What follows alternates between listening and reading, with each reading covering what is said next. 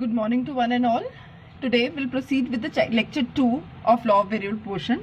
The name of the chapter was production function. Production function it is basically a technical relationship between physical inputs and physical output of a firm. We discussed this in the last lecture, and in this lecture we'll discuss what is law of variable portion. जब मैंने आपको production function बताया तो साथ में मैंने उसकी कुछ आपको assumptions बताई थी. उन assumptions के बेसिस पे हम ये लॉ डिस्कस करेंगे. assumption पहली थी कि ये सारा का सारा शॉर्ट रन कंसेप्ट है. दूसरा, technique of production remains constant.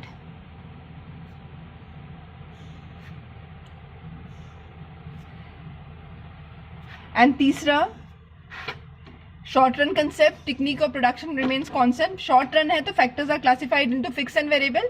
And तीसरी हम assumption लेंगे बेटा, all units of variable factor are not equally homogeneous. Homogeneous या एक जैसे नहीं है. पहला ये शॉर्ट रन कंसेप्ट है. दूसरा, टेक्निक जो है वो कांस्टेंट रहेगी. तीसरा, वेरिएबल फैक्टर की सारी यूनिट एक जैसी होमोजीनियस आर नॉट होमोजीनियस. ये हमने इस लॉ की अजम्पशंस ली है जिस बेसिस पे हम इस लॉ को डिस्कस करेंगे. नाउ, लॉ डिस्कस करने से पहले बेटा, जब हमने शॉर्ट रन कंसेप्ट किया था, मैंने बताया था कि हम फैक्टर्स को दो पार्ट्स में क्लासिफाई करेंगे, fix and variable. Fix factor वो फैक्टर है, एफएफ फिक्स फैक्टर्स वो फैक्टर्स हैं जिनको हम चेंज नहीं कर सकते, और वेरिएबल फैक्टर्स वो फैक्टर्स हैं जिनको हम चेंज कर सकते हैं. जब हम law of variable portion discuss करेंगे, हम फिर से फैक्टर्स को दो पार्ट्स में, that is fix and variable. जिनको चेंज नहीं किया जा सकता वो फिक्स, और जिनको चेंज किया जा सकता है they will termed as variable. Now, what does law of variable portion states? क्या कहता है law of variable portion? Law of, अच्छा, इससे पहले हमने तीन टर्म्स भी डिस्कस की थी, that is TPP, MPP and APP. सारी की सारी प्रोडक्शन जो होगी with the help of all units of variable factor, क्योंकि फिक्स फैक्टर तो कांस्टेंट है, इसमें कोई भी चेंज नहीं आएगा. तो जो भी प्रोडक्शन में इंक्रीज या डिक्रीज आएगा, that is because of the change in variable factor. So total production with the help of all units of variable factor is TPP. Change in total production with the application of one more or one less unit of variable factor is MPP, and per unit production of variable factor, that is labor, is called as APP. ये तीनों चीजें, तीनों terms and terminology हमने last lecture में discuss की थी. Now, law of variable portion discuss करने से पहले मैंने तुम्हें तीन असम्पशंस बता दी कि ये लॉ, एक तो जो हमने पहले लास्ट लेक्चर में किया था कि ये शॉर्ट रन कंसेप्ट है. जब शॉर्ट रन है, दूसरी जो हमारी असम्पशन बनती है that is technique of production remains constant. और तीसरा, जितने भी वेरिएबल फैक्टर है, सपोज करो लेबर को हम वेरिएबल फैक्टर ले रहे हैं, तो सारी यूनिट्स वेरिएबल फैक्टर के इक्वली होमोजीनियस नहीं होंगी, मतलब एक जैसा काम नहीं कर सकती. फॉर एग्जांपल, अब पीस ऑफ लैंड के ऊपर जब आप एक लेबर से, फर्स्ट लेबर से काम करवाते हो, तो जो जितनी प्रोडक्शन फर्स्ट लेबर की है उतनी ही प्रोडक्शन सेकेंड लेबर की नहीं होगी. अगर एक लेबर ने से 50 गुड्स प्रोड्यूस किए हैं डे की, तो ऐसा जरूरी नहीं है कि दूसरी लेबर भी 50 प्रोड्यूस करे, और जब आप तीसरी लेबर से काम लेंगे वो भी 50 प्रोड्यूस करे. हर लेबर की, हर यूनिट ऑफ वेरिएबल फैक्टर की efficiency may differ. They are not homogeneous. उनकी प्रोडक्शन जो है वो सेम नहीं होगी. नाउ, लॉ में हमने फैक्टर्स को दो पार्ट्स में क्लासिफाई कर दिया, fix and variable. Now, what does the law states? बच्चे, लॉ स्टेट करता है, अगर हम शेड्यूल के साथ डिस्कस करें, fix factor, variable factor, TPP, MPP, APP. हाँ जी, लैंड फिक्स फैक्टर है, लैंड फिक्स रखी हमने फिक्स फैक्टर को लैंड लिया, लैंड फिक्स है. लेबर 1 2 3 4 5 6 7 8. एक फिक्स पीस ऑफ लैंड के ऊपर हम ज्यादा और ज्यादा लेबर लगाते जा रहे हैं. एक हेक्टेयर लैंड है जिसके ऊपर पहले एक लेबर काम कर रहा था, फिर 2 लेबर काम कर रहे हैं, फिर 3 लेबर काम कर रहे हैं, फिर 4 लेबर काम कर रहे हैं, एंड सो ऑन. तो पहले टोटल प्रोडक्शन से 5 9 12 14 15 10 14, ये हमने इमेजिनरी शेड्यूल लिख लिया. Now, when more and more units of a variable factor combines with the fixed factor, पहली लेबर ने फिक्स फैक्टर के ऊपर काम किया, टोटल प्रोडक्शन हुई 2 यूनिट. फिर दूसरी लेबर ने जब काम किया, टोटल प्रोडक्शन हुई 5 यूनिट. फिर तीसरी लेबर ने जब इस पीस ऑफ लैंड पे काम किया तो टोटल प्रोडक्शन 9 यूनिट हुई. दैट मीन्स पहला लेबर 2 यूनिट प्रोड्यूस कर रहा है, 2 लेबर मिलके 5 यूनिट प्रोड्यूस कर रहे हैं, 3 लेबर उसी पीस ऑफ लैंड पे 9 यूनिट प्रोड्यूस कर रहे हैं. इससे ये पता चलता है कि वेरिएबल फैक्टर की एफिशिएंसी सेम नहीं है. तो टीपीपी हमने जो ये शेड्यूल लिया है, ये शेड्यूल ही जो है हमने इसी तरह से लेना है कि इससे लॉ प्रूव हो जाए। नाउ अगर एमपीपी निकालो, जो मैंने आपको लास्ट क्लास में बताया था, पहला नल 5 - 2 3, 9 - 5 4, 12 - 9 is 3, 14 - 12 is 2, 15 - 14 1, 15 - 15 is 0, and 14 - 15 is -1. When more and more units of a variable factor combines with the fixed factor, more and more units of a variable factor combines with the fixed factor, TP पहले increase करता है increasing rate पे। 0 to 2 2 का jump, 2 to 5 3 का jump, 5 to 9 4 का jump, 9 to 12 फिर 3 का jump, 0 to 2 2, 2 से 5 3 का जंप, और 5 से 9 इट इज 4 का जंप। दैट मीन्स पहले टीपीपी इंक्रीज कर रहा है इंक्रीजिंग रेट पे, यहां तक तो इंक्रीज किया इंक्रीजिंग रेट पे। उसके बाद देखिए बेटा, स्टडी द शेड्यूल प्रॉपरली। 12 से 14, 5 से 9 4 पे बढ़ा था, 9 से 12 it increases at the rate of 3, 9 से 12 3 पे बढ़ा है। 12 से 14 it increases at the rate of 2, and 14 से 15 1, 3 2 1 इंक्रीज तो कर रहा है, बट इंक्रीज का रेट कम हो गया है। Increases at 3, increases at 2, and increases at 1। That means TPP increase तो कर रहा है, कौन से रेट पे? It is called increasing at diminishing rate, increasing at diminishing rate।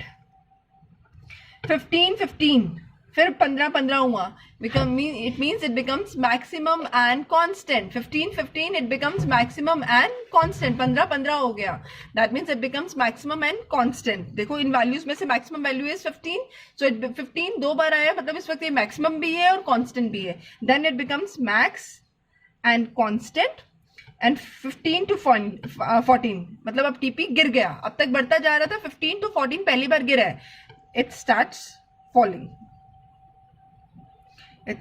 It starts diminishing, falling, diminishing, decreasing. So हमने शेड्यूल से क्या स्टडी किया? As more and more units of a variable factor combines with the fixed factor, that is land. एक piece of land पे जब आप labour को बढ़ाते जाओगे तो पहले तो टोटल प्रोडक्शन इंक्रीज करते हैं इंक्रीजिंग रेट पे, फिर इंक्रीज करती है डिमिनिशिंग रेट पे, फिर मैक्सिमम और कांस्टेंट होती है, और finally it starts falling. So this is law कि आप जब मोर and more units of labour को फिक्स पीस ऑफ लैंड पे काम करने के लिए लगाओगे, इनिशियली जब वो लोग काम करेंगे तो डिवीजन ऑफ वर्क होगा, स्पेशलाइजेशन होगा। जब एक लेबर काम कर रहा था तो सारा बर्डन उसके ऊपर था बेटा। जब एक से वो 2 लेबर हुए और 2 से 3 हुई, उनका काम की डिवीजन ऑफ लेबर हो गई, डिवीजन ऑफ वर्क हो गया, जिसकी वजह से उनकी टोटल प्रोडक्शन इंक्रीज होनी शुरू हो गई। अकेला लेबर काम कर रहा था, डिवीजन ऑफ वर्क नहीं था, सब कुछ उसको खुद ही करना पड़ रहा था, स्पेशलाइजेशन नहीं थी। जैसे एक से वो 2 हुए और 2 से 3 हुए, उन्होंने आपस में काम को डिवाइड कर लिया, जिसमें वो लोग एक्सपर्ट थे, उन्होंने वो उस सेट ऑफ वर्क को उठा लिया, जिससे डिवीजन ऑफ वर्क हुई, स्पेशलाइजेशन आ गई, जिससे टोटल प्रोडक्शन इंक्रीज करी इंक्रीजिंग रेट पे। उसके बाद आपने अभी और लेबर को डालना शुरू किया उस पीस ऑफ लैंड के ऊपर, और लेबर लगाते गए। अब एक स्टेज आती है जब सारे फैक्टर्स, जब फिक्स फैक्टर के ऊपर आप लेबर लगाते जाओगे तो लेबर की आपस में, जब इतने सारे लेबर काम करेंगे तो से लंच ब्रेक्स भी बढ़ जाएंगी, आपस में डिस्प्यूट्स, क्लैशेस, गॉसिप्स, ये टाइम भी बढ़ जाएगा, जिसकी वजह से उनकी प्रोडक्शन इंक्रीज नहीं कर रही, इंक्रीज तो कर रही है लेकिन इंक्रीज कर रही है डिमिनिशिंग रेट पे। पहले इंक्रीज कर रही थी इंक्रीजिंग रेट पे, अब इंक्रीज कर रही है डिमिनिशिंग रेट पे। एंड फाइनली एक स्टेज आती है जब वो मैक्सिमम एंड कांस्टेंट, अब सारे फैक्टर्स, जितना लैंड आपको मैक्सिमम प्रोडक्टिविटी दे सकती थी वो दे रही है, इससे ज्यादा प्रोडक्शन इंक्रीज नहीं की जाएगी। जब आपने 6 और 7 यूनिट ऑफ लेबर लगाया तो total production 15 this is the maximum production in the total schedule. इससे ज्यादा प्रोडक्शन इंक्रीज नहीं की जा सकती, बिकॉज लैंड की एक कैपेसिटी है प्रोडक्शन देने की। अगर आप उस पर लेबर को और लगाते जाओगे तो लैंड और लेबर आपस में परफेक्ट सब्सिट्यूट नहीं है। आफ्टर अ स्टेज जब आप उस पर ज्यादा लेबर लगाओगे तो एफिशिएंसी इंक्रीज नहीं करेगी, इट विल स्टार्ट डिक्रीजिंग। इस स्टेज पे वो मैक्सिमम और कांस्टेंट हुई, जितनी मैक्सिमम लैंड से कैपेबिलिटी थी प्रोडक्शन करने की, लैंड ने उतनी प्रोड्यूस कर दिया आपको, दैट इज 15 यूनिट्स। और उसके बाद अगर आप और यूनिट ऑफ लेबर लैंड पे लगाओगे तो प्रोडक्शन इंक्रीज नहीं नहीं करेगी, रादर डिक्रीज करेगी, डिक्रीजेस फ्रॉम 15 to 14.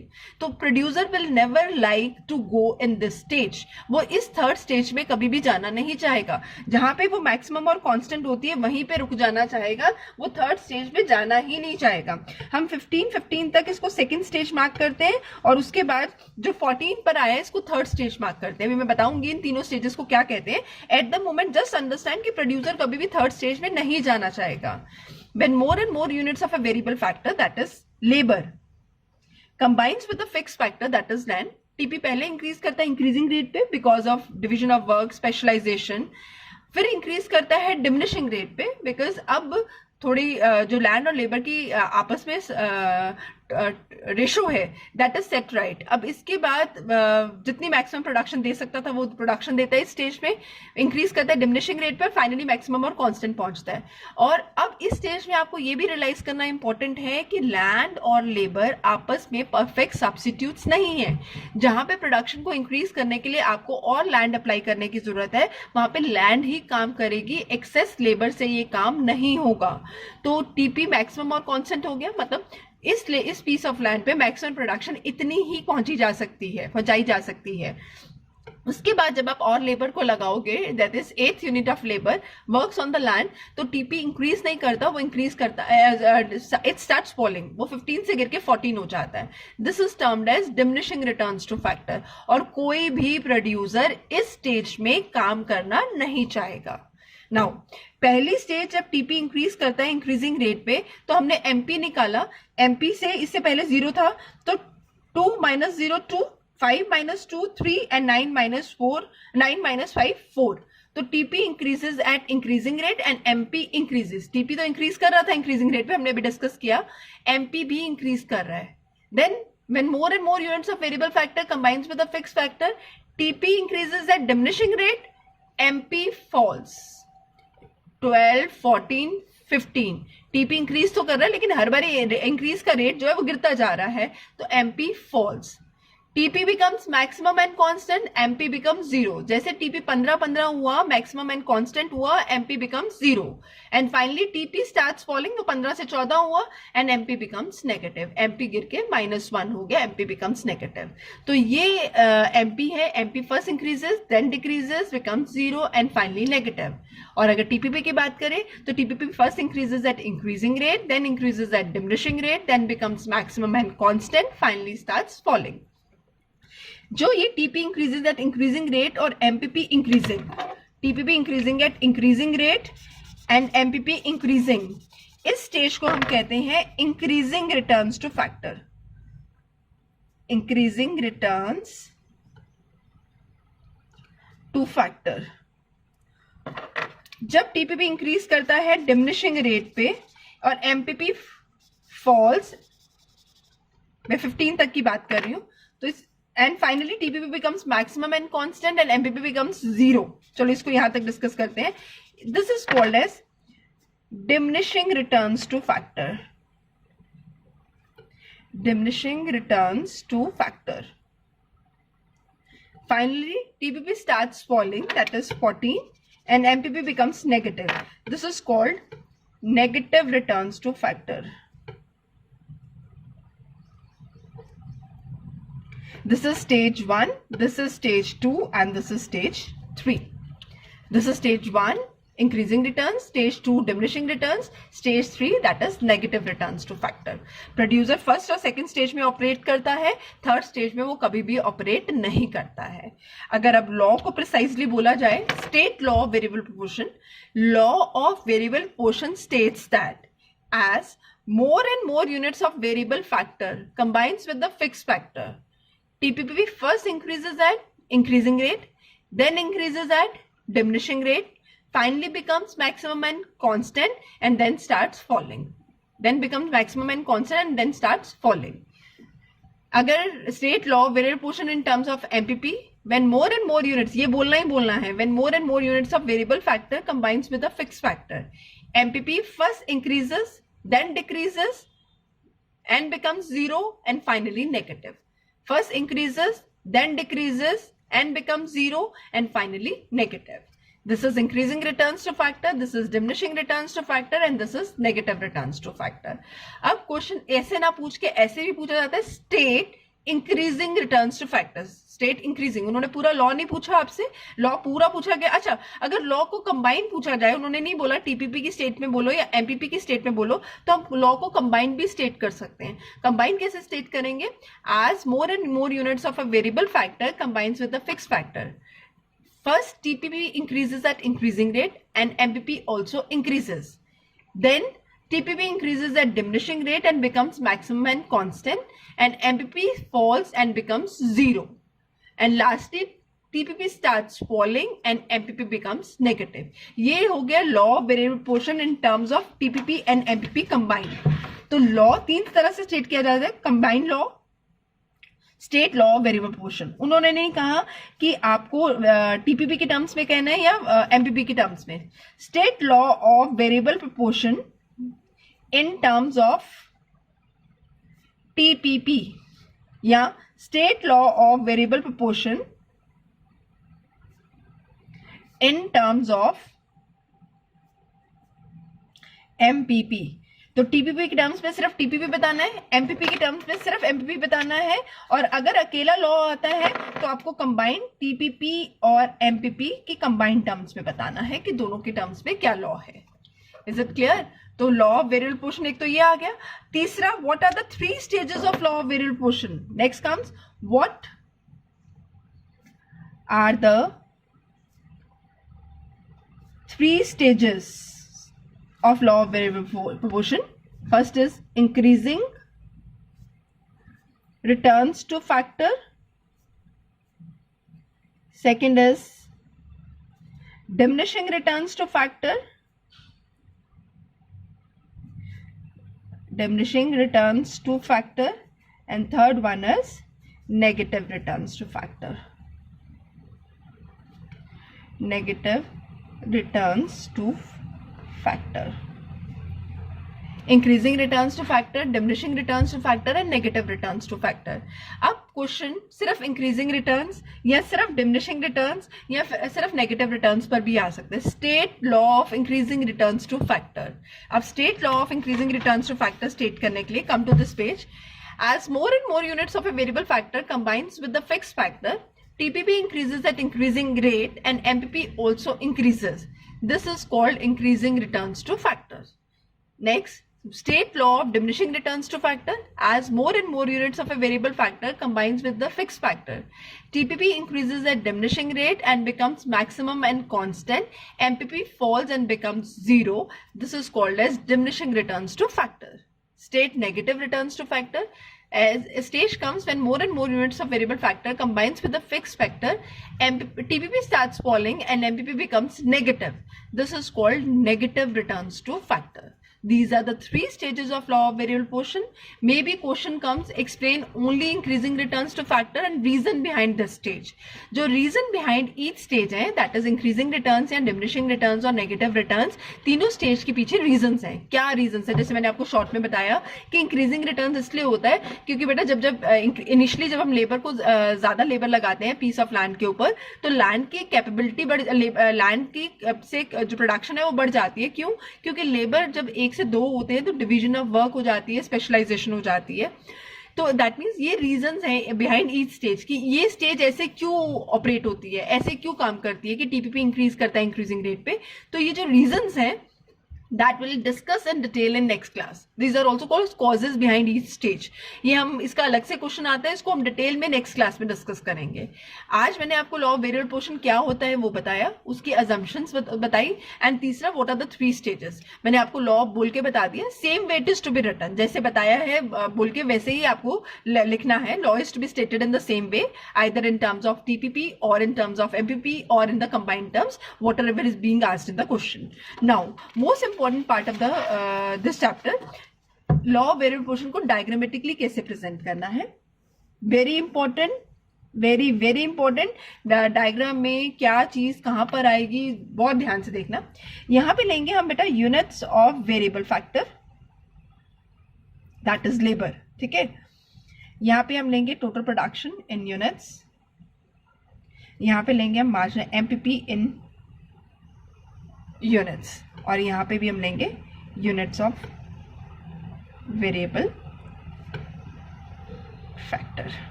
मैं फ्री हैंड बता रही हूँ। As more and more units of a variable factor combines with the fixed factor, TPP पहले करता है इंक्रीजिंग रेट पे। जब TPP इंक्रीज करता है इंक्रीजिंग रेट पे, तब इसका टर्न आउटर टर्न होता है। फिर वो इंक्रीज करता है डिमिनिशिंग रेट पे, वो इनर टर्न ले लेता है। Finally it becomes maximum and constant. आप जब इस फिगर्स को प्लॉट करेंगे, एक बार शेड्यूल के साथ प्लॉट करके देखना, you will get the exact shape. ये जो आउटर टर्न है ये दिखाता है टीपीपी इंक्रीज करता है इंक्रीजिंग रेट पे। इनर टर्न दिखाता है TPP increases at diminishing rate. और ये देखिए, ये finally becomes maximum and constant. ये देखो, ये वाला जो पॉइंट है मैंने दिखाया, ये मैक्सिमम एंड कांस्टेंट हुआ, एंड उसके इमीडिएटली बाद आपको टीपीपी को फॉल करना है। ये है टीपीपी की शेप। जहां तक वो इंक्रीज किया इंक्रीजिंग रेट से, उस पॉइंट से आप नीचे को लाइन ड्रॉ करेंगे। मैक्सिमम एंड कांस्टेंट वाले पॉइंट से, जहां पे मैक्सिमम और कांस्टेंट हुए, दूसरी लाइन वहां से ड्रॉ करेंगे। See now MPP first increases, simply पहली लाइन तक इंक्रीज कर दीजिए, then decreases, finally becomes 0 and then negative. जब टीपी मैक्सिमम एंड कांस्टेंट हुआ, एमपीपी 0 हुआ, and finally it becomes negative. This is TPP and this is MPP. ये हमारा negative returns हो गया, इसको नीचे दिखा दिया, ये आपका नेगेटिव एक्सेस दिख जाएगा। ये फर्स्ट टर्न है, ये टीपीपी इंक्रीज कर रहा है इंक्रीजिंग रेट पे, increasing returns to factor, IRF है ये जो है सेकेंड टर्न। जब इनर टर्न लिया, that is diminishing returns to factor. TPP increases at diminishing rate and becomes maximum and constant. ये वाला पॉइंट जो है वो maximum and constant है, और उसके immediately बाद TPP आपका falling दिख रहा है। TPP is falling. This is called diminishing returns to factor. This is negative returns to factor. Third stage है negative returns to factor. MPP first increases, इस पॉइंट तक इंक्रीजिंग रिटर्न्स में MPP हमने discuss किया था इंक्रीज करता है। फिर जब डिमिनिशिंग रिटर्न्स होता है, एमपीपी डिक्रीज करता है एंड फाइनली बिकम्स 0। हमने यहाँ पे 0 मार्क कर दिया, and TPP starts falling and MPP becomes negative. This is called third stage of law of variable portion, increasing returns, diminishing returns and negative returns. Diagram makes a lot of difference. इसी chapter में सिर्फ आपके x axis पे units of variable factor आएगा, यहाँ पे TPP और यहाँ पे एमपीपी। हम मे बी नोट्स जो भेजे उसमें टीपीपी और एमपीपी का कंबाइंड डायग्राम होगा। हम कंबाइंड डायग्राम भी बना सकते हैं। कंबाइंड डायग्राम अगर रफली देखें तो अगर ये इंक्रीजिंग रिटर्न्स है, अगर ये शेप बनेगी, तो आपका एमपीपी जो है वो यहीं से जाएगा और ऐसे निकलेगा।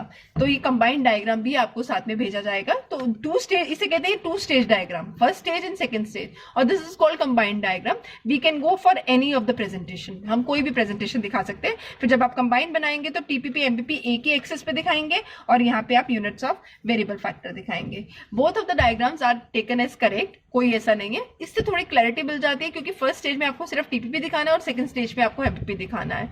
बट अगर एक्स एक्सेस पे units of variable factor mention नहीं करेंगे तो this diagram is not going to get you any marks, कोई भी नंबर नहीं मिलेंगे आपको। इसको एक्स और वाई एक्सेस पे ध्यान रखने की क्या मार्क करना है, एक्स पे यूनिट्स ऑफ वेरिएबल फैक्टर और वाई एक्सेस पे टीपीपी और एमपीपी मार्क करना है।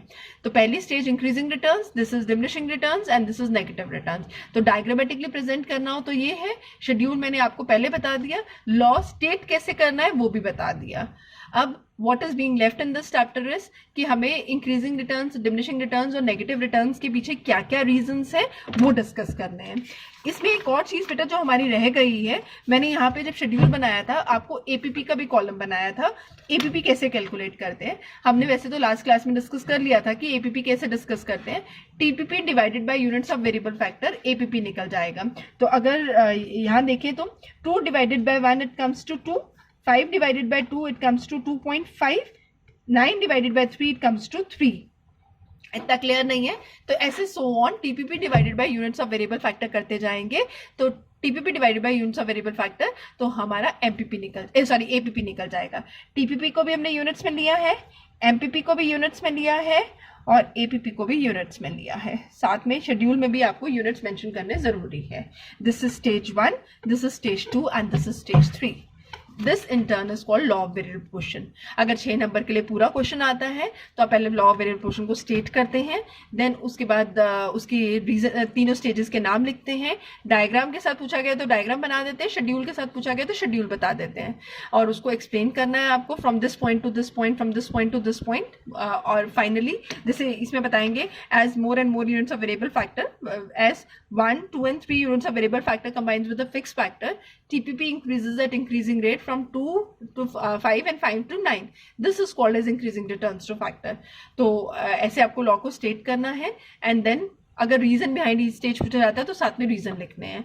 अगर लॉ बेसिस डिटेल में 6 नंबर का आए तब भी आपको अजम्पशन जरूर लिख के आनी है। अजम्पशंस के बिना लॉ, मैंने पहले भी बताया था थ्योरी ऑफ डिमांड में, जब लॉ ऑफ डिमांड डिस्कस किया, थ्योरी ऑफ सप्लाई में लॉ ऑफ सप्लाई डिस्कस किया, कि लॉ के अगर आप लॉ लिख रहे हैं तो अजम्पशंस के बिना लॉ की कोई जो है वैल्यूएशन वो नहीं की जा सकती। So you need to mention the assumptions along with the law. पूरी ना मेंशन करके 1-2 अजम्पशन से मेंशन करें, लेकिन आपको लॉ के साथ अजम्पशंस को मेंशन करना है। This is very important question from the examination point of view कि state law of variable proportion. मैंने आपको तरीके बता दिए किस किस तरीके से ये पूछा जा सकता है। Now next class we are left only with तीनों स्टेजेस के पीछे क्या रीजंस हैं, एक वो डिस्कस करेंगे, एपीपी और एमपीपी का रिलेशन डिस्कस करेंगे, और कुछ कैलकुलेशंस आपसे करवाऊंगी कि टीपीपी से एमपीपी कैसे निकालना है, एमपीपी से एपीपी कैसे निकालना है। अच्छा ये देखिएगा, जब हमें टीपीपी से एमपीपी से निकालना आ गया तो एमपीपी से टीपीपी कैसे निकालेंगे। फर्स्ट 2 से हमें एमपीपी दिया हुआ है, टीपीपी निकालना है, 2 का 2, देन 2 ये रहा 2 + 3 5। अब ये 5 आ गया आपका, 5 + 4 9, 9 + 3, दैट मीन्स अगर एमपीपी को सबमिट करते जाएंगे तो टीपीपी निकल जाएगा। जब टीपीपी एमपीपी कैसे निकला था, टीपीएन - टीपीएन - 1, टीपीएल - एल - 1 जो आपने किया था, तो अगर एमपीपी को सबमिट करेंगे तो टीपीपी निकला जाएगा।